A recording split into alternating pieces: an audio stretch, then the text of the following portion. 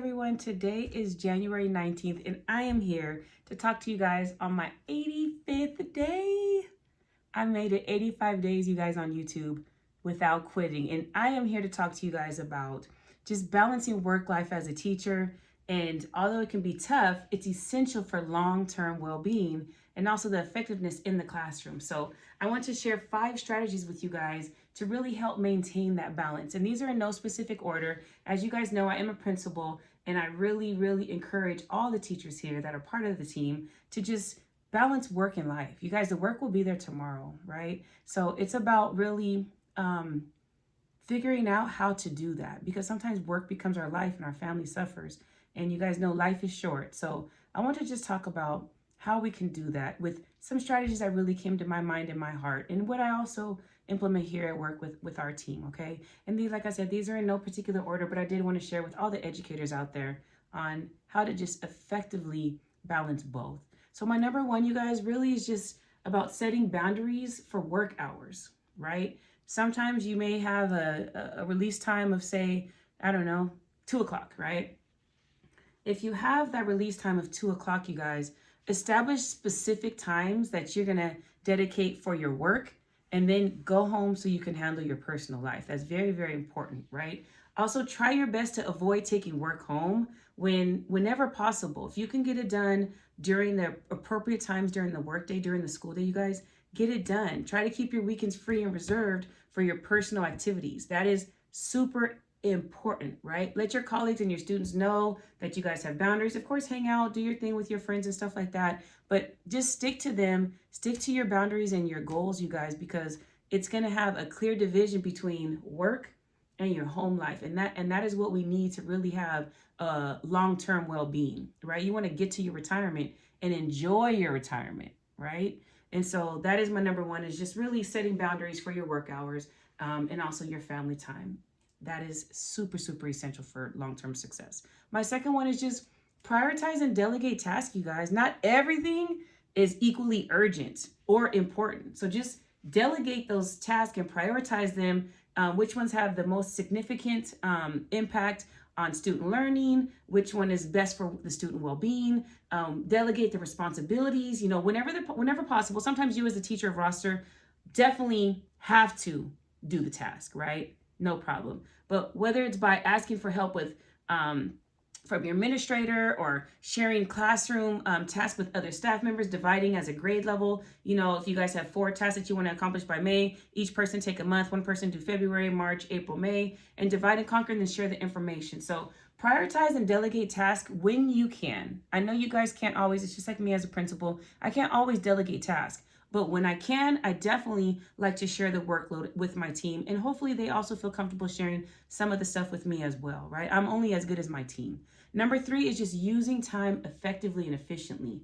That is very important, you guys. Make good use of your time by just organizing and planning your day effectively, so that way you really maximize your productivity, like during the work hours, right? And if you implement kind of like time blocks or some kind of calendar that you guys really want to use for your strategies to narrow down how much time you want to put in certain places, do that. So that way your task can get done without interruptions, because you have that time blocked off for that specific task, right? You also want to streamline your lesson plans, your grading, and make sure that all your meetings are set in a timely manner where they don't run long, right? Meetings, it doesn't mean that, it's kind of like the gym. If you go to the gym for 4 hours, you're accomplishing greatness. I don't want to knock that, because that's awesome. But can you change your HIIT, your hit level of endurance and your energies, and get 50 minutes in of just high level interval training, as opposed to staying at the gym for 4 hours, right? It's the same with work.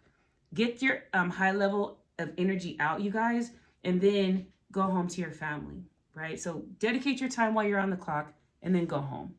That's it. Use your time efficiently, effectively, but you're on the clock for only a certain amount of hours. Use that time for your work obligations and duties and responsibilities and professional tasks that you need to complete, and then go home to your family.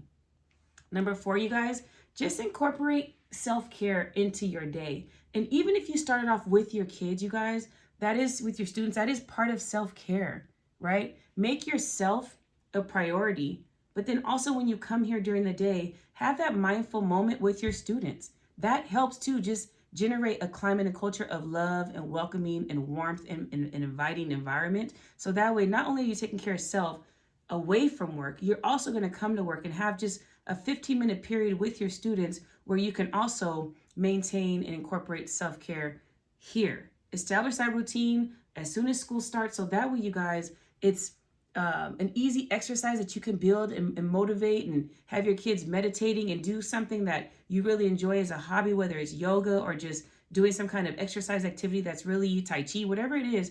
Find that, do it at home, and then bring it to school and incorporate it here. So it's a relaxing implementation of social emotional well-being, but it also helps you as far as self-care too. So take time for yourself outside of school, but also at school too. It is okay. So that way you guys will have sustainable energy by the time you retire. That is very, very important. You want to be able to really maintain that enthusiasm that you guys had as a first year educator all the way through up until retirement. If you find yourself kind of fizzling out, you guys, we got to figure out a way to incorporate more self-care, more time, more delegation of tasks, and more really setting of boundaries. That is very, very important. And my last one, you guys, is just seeking support from just your community, right? Your classroom community, your school community, your residential and your neighborhood community. That is very, very important. Lean on your colleagues for support, you guys. Talk to your friends about situations that you may need help with. Reach out to your family or friends for suggestions and guidance. And if you have challenging situations, reach out to your administration. I have a lot of teachers that come to me for advice, and I feel great when they come to me because I know some people don't go to their administrator for advice, or whether it's about life or just health or whatever it is. I mean, sometimes it's about so many great things, but I feel great when they come to me because we have established that comfortable relationship, you guys, where we can share personal, confidential information with one another and know that it's going to be safe and there's no judgy eyes taking place, right? So seek support, you guys, from your on-campus family, your personal family at the household, and then just know that you're not isolated, right? We want to prevent feelings of isolation. We have an amazing school counselor at school where the school I work at, and let me tell you, she helps me not only with my work at times, she helps with some situations that go beyond work, and I really, really thank her and appreciate her. And the teachers here are also very, very, very supportive of when just life kicks in, right? So create that support group, you guys, that really that network of connection. So that way you have a loving community to talk to. We want to make sure that, we have each other. You guys, we have in the field of education unique demands, right, of this profession. So we just want to make sure that we use all of these strategies to really maintain a healthier balance between work and our personal life. That is so important. So teachers, I'm not saying leave right at the bell, but if possible, balance out your time, you guys, efficiently and effectively. So that way you can have your passion here at the workplace, but also I want to lead you guys to a more sufficient and long sustainable life, both inside the classroom and outside the classroom, but that comes from boundaries. So I thank you guys so much for just listening to my first time ever educational video here, and just talking about balancing work life as an educator as well as home life, as whether you're a mother, a daughter, whatever you are, whatever your role is, we want to balance that. So thank you guys. And like I said, today is my 85th day. Yesterday was 84. Today is my 85th day on YouTube. And I am so happy to gradually start moving towards my niche of education. And I just want to say thank you guys so much.